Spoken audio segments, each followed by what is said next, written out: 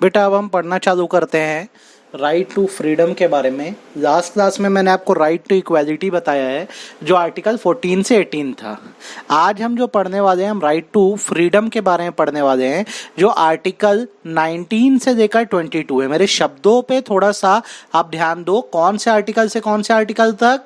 Article 19 से लेकर 22 तक है। कहाँ तक है? 22 तक। आर्टिकल 22 तक जो है तुम्हारा वो राइट रिलेटिंग टू फ्रीडम है। अब इसमें क्या होता है बेसिकली, जो तुम्हारा आर्टिकल 19 है, ये जो है ना, ये सामने जो देख रहे हो आपको पूरा ये फ्लो चार्ट बना के दिया है, ये आर्टिकल 19 का फ्लो चार्ट है।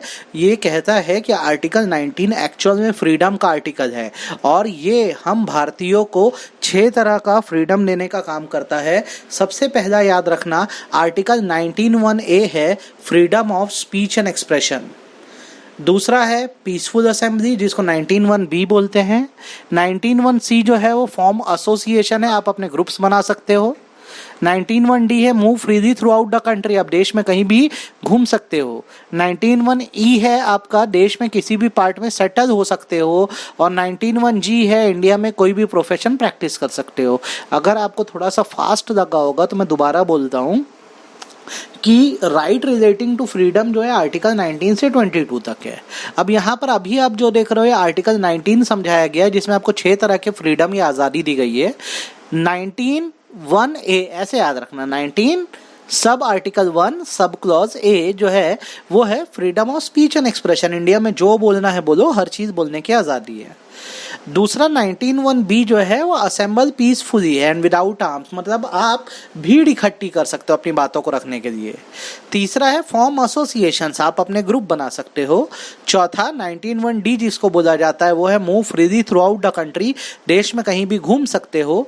19(1)(e) जो है वो है reside and settle in any part of the India, India में के किसी भी हिस्से में आप रह सकते हो। इंडिया के बाहर की बात नहीं हो रही है ना। 19(1)(g) जो है वो है इंडिया में कोई भी प्रोफेशन कैरी कर सकते हो। एफ जो था वो प्रॉपर्टी को लेकर था बेटा, वो साइलेंट हो गया है, तो ये बात भूलना मत आपको। यहां पर जाके आपको मैंने अभी एक ओवरव्यू दिया 6 तरह के फ्रीडम्स का। अब इसको थोड़ा एक्सप्लेनेशन में आप देखोगे ना तो एक एक करके हम बात करते हैं। पहले तो आप ये देख लो जो मैंने ऊपर आपको बताया है, जो फ्लो चार्ट था उसी को अब ऐसे 6 फ्रीडम बता दिए गए हैं। कौन कौन से हैं आप ये देख लो। अभी ऊपर जो पढ़ा है आप यहाँ पे ही पढ़ सकते हो। आपको मैंने कौन सा आर्टिकल से कौन सा आर्टिकल तक बोला, 19 से 22, आपको देखो ये लाइन यहाँ मिल जाएगी। बस एक बात आपको जो याद रखनी है वो ये है कि आज़ादी हमको फ्री में नहीं मिली है, इसके लिए हमारे देश में बहुत बड़ी कीमत चुकाई है, बहुत सारे लोग शहीद हुए हैं। तो एक बात याद रखना, आज़ादियाँ तो हैं पर ये एब्सोल्यूट नहीं है, इन पर ज़रूरत पड़ने पर रिस्ट्रिक्शंस लगाए जा सकते हैं। रिस्ट्रिक्शंस मतलब होता है रोक लगाई जा सकती है। कहने का मतलब ये है कि जैसे मुझे कुछ भी बोलने की आज़ादी है, चलो माना, लेकिन अगर मैं देश के खिलाफ कोई बात बोल रहा हूँ तो क्या ये माना जा सकता है? मान्य है? मुझे सीधे उठा के जेल में डाल दिया जाएगा। अगर मैं बोलूँगा ना मेरे पास फ्रीडम है तो बोलेंगे ठीक है चलो फ्रीडम है, पर ये एब्सोल्यूट नहीं है, इस पर रिस्ट्रिक्शन लगाए जा सकते हैं। आगे आपको ये बात याद रखनी है, सरकार रिस्ट्रिक्शन लगा सकती है आपके फ्रीडम पे, प्रोवाइडेड कुछ शर्तें पूरी हो। सबसे पहला रिस्ट्रिक्शन जो है वो कानून लगाएगा सिर्फ, और कोई नहीं लगा सकता। दूसरा उसका एक लॉजिकल रीजन या रीजनेबल होना चाहिए। और तीसरा इसलिए लगाया जा रहा है ताकि जो कॉन्स्टिट्यूशन है उसका पर्पस फुलफिल हो सके। तो आपको ये पूरा पढ़ना। अच्छा, ये वाली लाइन आपको नहीं समझ आई होगी, कॉन्स्टिट्यूशन का पर्पस फिल हो सके। कहने का मतलब ये होता है कि भाई आपको जो चीज़ दी गई है आज़ादी, उसकी कीमत तो समझो। मिसयूज कर रहे हो तभी तो आपको रिस्ट्रिक्ट कर रहे हैं ना, तो आपको ये बात समझनी होगी, तभी तो कॉन्स्टिट्यूशन का जो ऑब्जेक्टिव है वो अचीव हो पाएगा। आपको, मुझे लगता है ये समझ आ गया होगा। आगे बढ़ते, रिस्ट्रिक्शन कब कब लगाए जा सकते हैं? तो रिस्ट्रिक्शन लगाने के अपने कारण है बेटा। जैसे कि अगर आपकी बातों से किसी की सोवरेनिटी इंटीग्रिटी को खतरा हो, बातों से या एक्टिविटी से। जैसे एग्जाम्पल के तौर पे मैं एक बड़ा ऑफिसर हूँ, मैं एक ऐसी पोस्ट करता हूँ जिससे समाज में एक दूसरे के बुराई पलती है लोगों के मन में, तो बिल्कुल सही बात नहीं है ना। दूसरा, देश की सिक्योरिटी को खतरा है, देश की इंफॉर्मेशन मैं लीक कर दे रहा हूँ। तीसरा, दूसरे देशों के हमारे फ्रेंडली रिलेशंस बिगड़ रहे हैं। अब मैं सीधी सी बात है, ऐसी बातें बोल रहा हूँ जिससे दूसरे देश के साथ मेरे देश के रिलेशन बिगड़ेंगे तो मुझे थोड़ा रोक दिया जाएगा ना। कोई भी देश दूसरे देश से दुश्मनी थोड़ी ना चाहता है। देन पब्लिक ऑर्डर मेंटेन करने के लिए, डिसिप्लिन मेंटेन करने के लिए डिसेंट बातें करनी चाहिए, और मोरल बातें जो सामाजिक रूप से सही हो, है ना। ऐसी कोई चीज अगर आप करोगे जो कोर्ट का कंटेम्प्ट है। अच्छा, बातें क्यों बोल रहा हूँ, अक्सर हमारी बोली बातें ही ज्यादातर फ्रीडम में आती हैं, तो हमारे बोलने पर ही ज्यादा रोक है, बाकी तो आप देखोगे तो उतना खास कुछ है नहीं। तो ये रिस्ट्रिक्शन कब कब लगाए जा रहे हैं, आपको समझ आ रहा है? जब देश की एकता अखंडता को खतरा है, देश की सिक्योरिटी को खतरा है, दूसरे देश से हमारे रिलेशन खराब हो रहे हैं, रख जाए हमारी वजह से, कोई पब्लिक ऑर्डर या समाज के डिसिप्लिन को नुकसान हो, हमारी जो एक्टिविटीज हैं या बातें डिसेंट ना हो, कोर्ट की डिसरिस्पेक्ट हो, किसी का डिफेमेशन हो, तो मुझे रोका जा सकता है। डिफेमेशन मतलब क्या? किसी कम्युनिटी या किसी पर्सन के खिलाफ बोलना जो चीज़ सही ना हो, या किसी को जुर्म करने के लिए अगर मैं भड़का रहा हूं तो मुझे रिस्ट्रिक्ट किया जा सकता है। मुझे उम्मीद है आपको ये बात समझ आ गई है। आगे हम लोग बढ़ते हैं। अब ये रिस्ट्रिक्शन तो आपने देख ही दिया, आपको समझ आ गया है, तो यहाँ पर आपको ये क्लियर हो गया होगा भाई ये क्या था हिसाब किताब पूरे रिस्ट्रिक्शंस का। ठीक है, तो मुझे दोबारा आगे बताने की ज़रूरत नहीं है। आगे देखो यहाँ पर कौन सा आर्टिकल दिया है, यहाँ पर आपको आर्टिकल दे दिया है 21। मेरे हिसाब से तो बीच में और भी होना चाहिए था, तो मैं कॉपी में दिखवाया हूँ, आप उससे पढ़ना तो आपको ज़्यादा अच्छा समझ आएगा। अब साहब यहाँ में क्या दे दिया है, आर्टिकल 21 दे दिया है। आर्टिकल 21 क्या है? Right to life and personal liberty को लेकर है। Right to life and personal liberty मतलब इंडिया में सबको जीने का अधिकार है। आपको ये लाइन एग्जाम में पूछेगी, no person shall be deprived of his life और पर्सनल लिबर्टी। किसी का भी जीने का अधिकार नहीं छोड़ा जा सकता except according to procedure established by law, जब तक कानून खुद से रोके ना। ठीक है, खुद से रोके ना का मतलब ये है कि जैसे मुझे घूमने फिरने का राइट है, अब यार अगर मैं कुछ गलत कर दिया तो मुझे सीधे से जेल में डाल देंगे ना। तो except according to procedure established by law का क्या मतलब है? आप अपनी मर्जी से जियो, बस कुछ गलत मत करो, इतनी सी बात है और कुछ नहीं।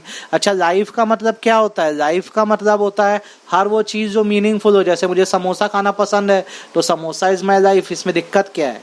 ठीक है, ये बात आपको याद रखनी है, या आर्टिकल 21 में चीज़ें आपको पता होनी चाहिए। ठीक है, नीचे आपको ये केस पढ़ने की ज़रूरत नहीं है, कोई काम का नहीं है।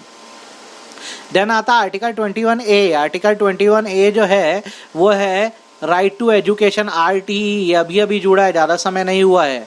ठीक है, ये कहता है कि जिन बच्चों की उम्र 6 से 14 साल के बीच है, कितने से बीच है? 6 से 14 साल के बीच है जिन बच्चों की उम्र, यहाँ पे मैं अंडरलाइन कर दे रहा हूँ, जिनकी उम्र 6 से 14 साल के बीच है, उनसे कोई वर्क नहीं कराया जाएगा, उनको free and compulsory education provide की जाएगी, ये ज़रूरी है। नेक्स्ट आता है हमारा जो फंडामेंटल राइट, उसको बोलते हैं right against exploitation. Right against exploitation article 23 में कवर होता है।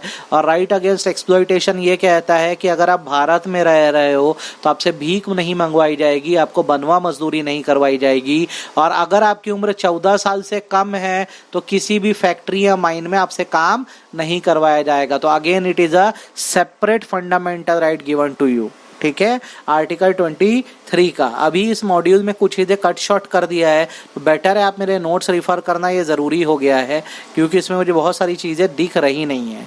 ठीक है, आगे देखो, आपको एक्सप्लॉइटेशन को और अच्छे से बता दिया है। 2 चीज़ें आ रही है जो मैंने अभी थोड़ी देर पहले आपको बोला है। एक तो ये कि भाई जो ह्यूमन बीइंग है उनकी ट्रैफिकिंग नहीं होगी, मतलब इंसानी खरीदी बिक्री नहीं होगी। और दूसरी बात ये कि फैक्ट्रीज में बच्चों से काम नहीं कराया जाएगा जिनकी उम्र कितने से कम है? 14 साल से कम है। तो ये आप मार्क कर दो, आपको समझ आ जाना चाहिए। देन बारी आती फ्रीडम ऑफ रिलीजन की। यह आता है 25 से 28 के बीच में। आर्टिकल 25 से लेकर 28 तक है भाई, वो किसकी बात करता है? फ्रीडम ऑफ रिलीजन की। पहले तो ये टिक कर दो आप। अब फ्रीडम ऑफ रिलीजन में क्या क्या बातें आती हैं? तो सबसे पहली चीज़ फ्रीडम ऑफ रिलीजन में ये आती है कि आप अपने जो रिलीजन है उसको कॉन्शियस कर सकते हो, उसको प्रोफेस कर सकते हो, मतलब फॉलो कर सकते हो। दूसरा, अपने रिलीजियस अफेयर को मैनेज कर सकते हो, जैसे मंदिरों में समितियाँ होती है। ठीक है, नेक्स्ट, आप अपने रिलीजन के लिए दान या चंदा दे सकते हो, अलाउ है। और जैसे आपको वर्शिप करना है कर सकते हो, चारों चीज़ अलाउ है। धर्म को फॉलो करना, अपना मंदिर या मस्जिद जो भी है उसके अफेयर्स को मैनेज करना, चंदा देना, और लास्ट थिंग, आपको जहाँ लग रहा है, जिस पूजा घर में लग रहा है, जाके आप वर्शिप कर सकते हो, ये आपको अलाउ किया गया है। ठीक है, आपको अभी तक समझ आया कि नहीं आया? नेक्स्ट जो फंडामेंटल राइट है वो है आर्टिकल 32। जितना आपके मॉड्यूल में दिया आपको मैं वो बता दे रहा हूँ ताकि आपको थोड़ा बनता रहे। ये है राइट टू कॉन्स्टिट्यूशनल रेमेडी, जो आर्टिकल 32 में आता है। कॉन्स्टिट्यूशनल रेमेडी बेसिकली ये बोलता है कि हर इंसान जो भारत में पैदा हुआ है, जो भारत का नागरिक है, उसको पूरा अधिकार है फंडामेंटल राइट्स यूज़ करने का। और यदि उसे यूज़ करने में कोई समस्या आ रही है या कोई दिक्कत आ रही है तो इस सिचुएशन में हमारे देश में कोर्ट सिस्टम है जहाँ पर वो जाके रेमेडीज दे सकता है। तो वो कहाँ जा सकता है? तो उसके चॉइस है, या तो वो हाई कोर्ट जा सकता है, सुप्रीम कोर्ट जा सकता है और वहाँ एप्लीकेशन डाल सकता है। जो एप्लीकेशन इन कोर्ट्स में डाले जाते हैं उनको कहा जाता है रिट्स। याद रखना, क्या कहा जाता है? रिट्स। अलग अलग तरह के जो रिट्स हैं वो है ये 5: habeas corpus, mandamus, prohibition, quo warranto, certiorari. आपको मैं सबका मतलब समझा रहा हूँ एक एक करके, आपको ये पता होना चाहिए। अगर मैं बात करता हूँ हेबियस कॉर्पस की तो इसका मतलब होता है टू फ्री अ पर्सन।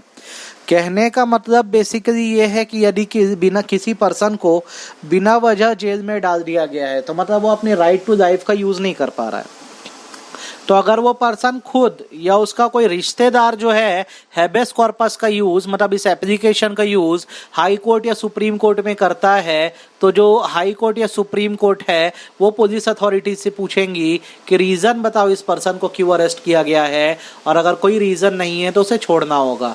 तो अगर किसी को बिना वजह जेल में डाला जाए तो उसको छुड़ाने के लिए कौन से रिट का यूज करो? Habeas corpus. दूसरा होता है तुम्हारा मैंडेमस। मैंडेमस मतलब होता है वी कमांड।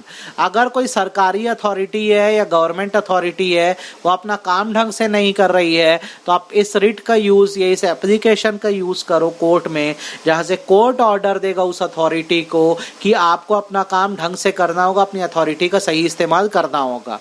तो याद रखना, मैंडेमस एक्टिविटी डिमांड करता है। ये कमांड है जो हम कोर्ट के थ्रू सरकार को कर रहे हैं कि हमारा काम पूरा करके दो।